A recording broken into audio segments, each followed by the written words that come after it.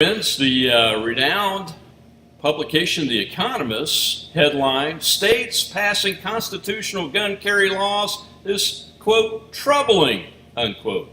A.W.R. Hawkins, an award-winning Second Amendment columnist, tells us in Breitbart News, quote, "The result of this push is permitless carry, or constitutional carry as it is more often called.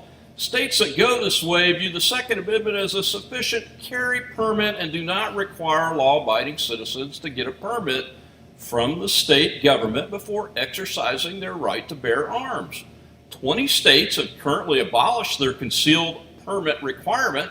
Those 20 states are Alaska, Arizona, Arkansas, Idaho, Iowa, Kansas, Kentucky, Maine, Mississippi, Missouri, Montana, New Hampshire, North Dakota, Oklahoma, South Dakota, Tennessee, Utah, Vermont, West Virginia, and Wyoming." Of note, Utah's constitutional carry law goes into effect May 5th, 2021, and Tennessee's takes effect July 2021, on July 1st. Texas lawmakers are on the verge of passing constitutional carry legislation, and Governor Abbott has made clear he'll sign the legislation if it reaches his desk.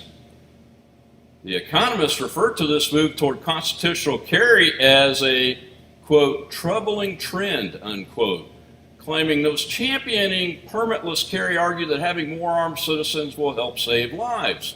Tennessee's Governor Bill Lee has called his state's new law, quote, core to a strong public safety agenda, unquote. But there are reasons, such as law enforcement's opposition, to be skeptical of this, according to The Economist. In Tennessee and elsewhere, police have campaigned against permitless carry, saying it endangers them and makes it more likely that criminals and felons can walk around armed. Well, felons who are already barred from gun possession are not allowed to carry a gun just because a state has a constitutional framework for law-abiding citizens. Criminals in cities like Chicago, where there's a very high amount of gun control, including the required acquisition of a firearms owner identification card to own a gun. Nevertheless, criminals possess and use guns for crime on a regular basis. The Economist also argues against constitutional carry by claiming good guys with guns do not really stop bad guys with guns. They make this claim based on talking points from the president of the Brady Campaign to Prevent Gun Violence, a decades-old gun control group that consistently pushes for more restrictions on the exercise of our Second Amendment rights. Alaska adopted constitutional carry in 2003, Arizona in 2010, and Wyoming in 2011. And on June 5th, 2017, the NRA noted handgun murders declined in Alaska after the termination of the permit requirement. The, quote, percentage of murders committed with a handgun, unquote, in Arizona declined as well, and Wyoming saw, quote, similar trends, unquote.